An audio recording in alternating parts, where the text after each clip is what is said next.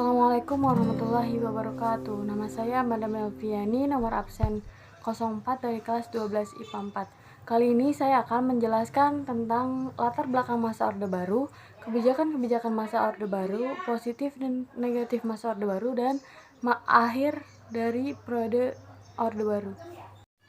Latar belakang Orde Baru. Masa pemerintahan Orde Baru dimulai pada tahun 1967. Presiden Soekarno secara resmi menyerahkan mandatnya kepada Jenderal Soeharto melalui Surat Perintah 11 Maret atau lebih dikenal dengan Super Semar. Latar belakang dikeluarkannya Super Semar adalah akibat peristiwa gerakan G30S PKI atau Gestapu Gestok, yaitu aksi kudeta PKI atau Partai Komunis Indonesia yang menculik dan membunuh beberapa perwira TNI dan beberapa orang penting lainnya. Kejadian ini memicu kekacauan negara, pembantaian anggota PKI terjadi di mana-mana, dan keamanan negara pun menjadi tidak terkendali. Rakyat Indonesia melakukan demo besar-besaran yang menuntut pembubaran PKI dan pengadilan bagi tokoh-tokoh PKI.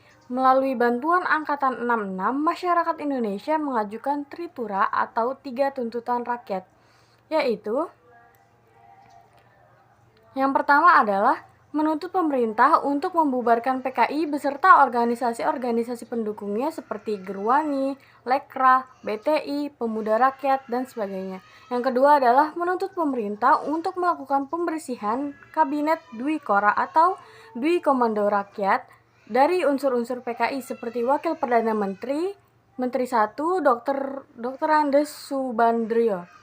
Yang ketiga adalah menuntut pemerintah untuk menurunkan harga bahan pokok dan memperbaiki ekonomi. Kondisi ekonomi Indonesia tidak stabil sejak era kemerdekaan dan makin memburuk pada pertengahan tahun 60-an.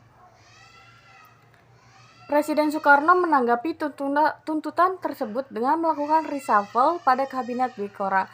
Namun reshuffle tersebut dinilai kurang memuaskan karena masih terdapat unsur PKI di dalamnya. Saat itu negara mengalami masa-masa genting dan kekuasaan presiden semakin lemah.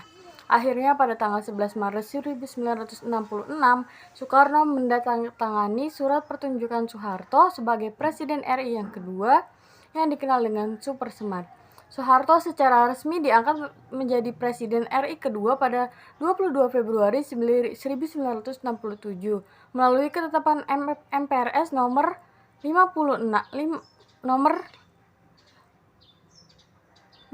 XV MPRS /1966 dan Sidang Istimewa MPRS atau Majelis Permusyawaratan Rakyat Sementara pada tanggal 7 sampai 12 Maret 1967. Kebijakan-kebijakan pada masa Orde Baru. Tujuan utama pemerintahan masa Orde Baru adalah menciptakan stabilitas ekonomi dan politik. Dalam rangka mewujudkan tujuan tersebut, pemerintah meluncurkan berbagai kebijakan, yaitu kebijakan ekonomi, membuat program yang disebut dengan Rencana Pembangunan 5 Tahun atau Repelita. Repelita dimulai pada tahun 1969 hingga 1994 dan berhasil meningkatkan ekonomi nasional. Salah satu keberhasilannya adalah swasembada beras yang dicapai pada tahun 1984.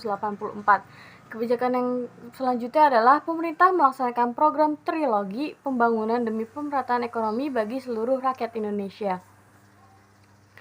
Yang kedua adalah kebijakan sosial. Untuk meningkatkan kesejahteraan masyarakat, pemerintah mengeluarkan berbagai kebijakan seperti program keluarga berencana, transmigrasi, gerakan wajib belajar, dan gerakan orang tua asuh. Dan yang ketiga ada kebijakan politik. Kebijakan politik dalam negeri pertama adalah pembubaran PKI beserta organisasi-organisasi sayapnya dan membersihkan DPR, MPR dari unsur-unsur PKI.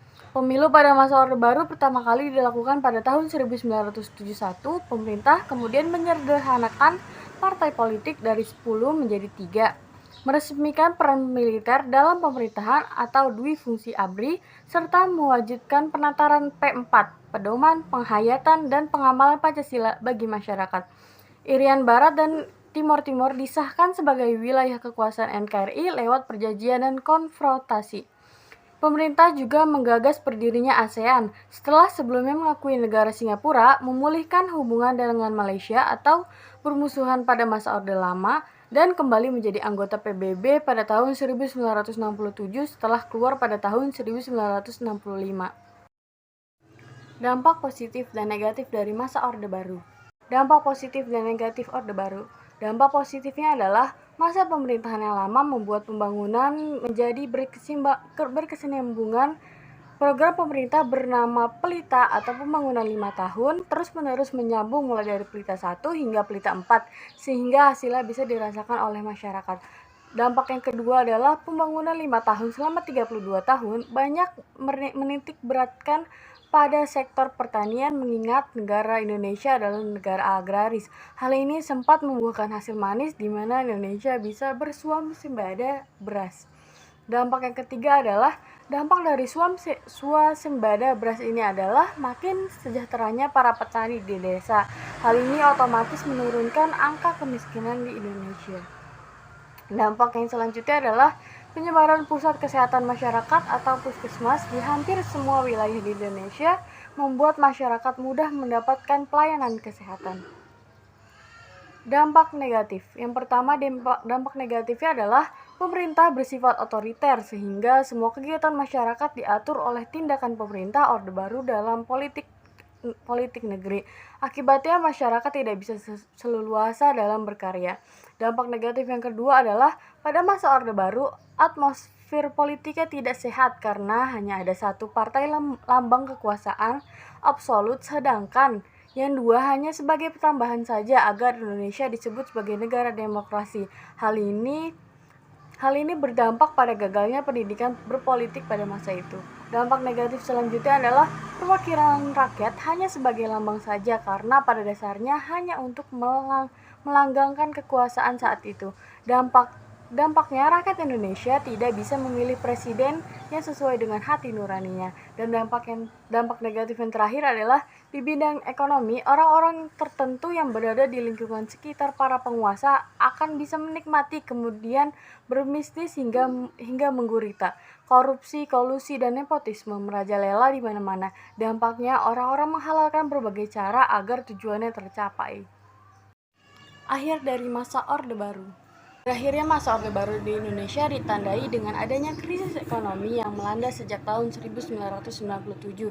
Krisis tersebut membuat nilai tukar rupiah jatuh, badai krisis moneter berlarut-larut akhirnya memancing kelompok kritis di masyarakat.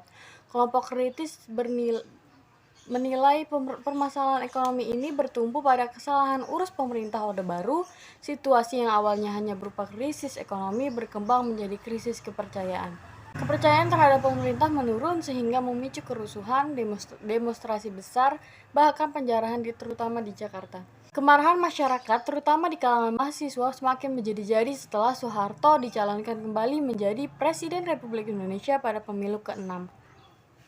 Para mahasiswa akhirnya menuntut adanya reformasi pada tahun 1998. Reformasi ini memiliki beberapa tuntutan penting seperti penghapusan fungsi ABRI, penurunan maupun pengadilan terhadap Soeharto dan kroni-kroninya, penghapusan praktik korupsi, kolusi, dan nepotisme, penegakan supremasi hukum, amandemen UUD 1945, dan yang terakhir adalah pelaksanaan otonomi daerah seluas-luasnya. Melihat tuntutan reformasi semakin besar, Presiden Soeharto akhirnya menyampaikan pengunduran diri pada tanggal 21 Mei 1998.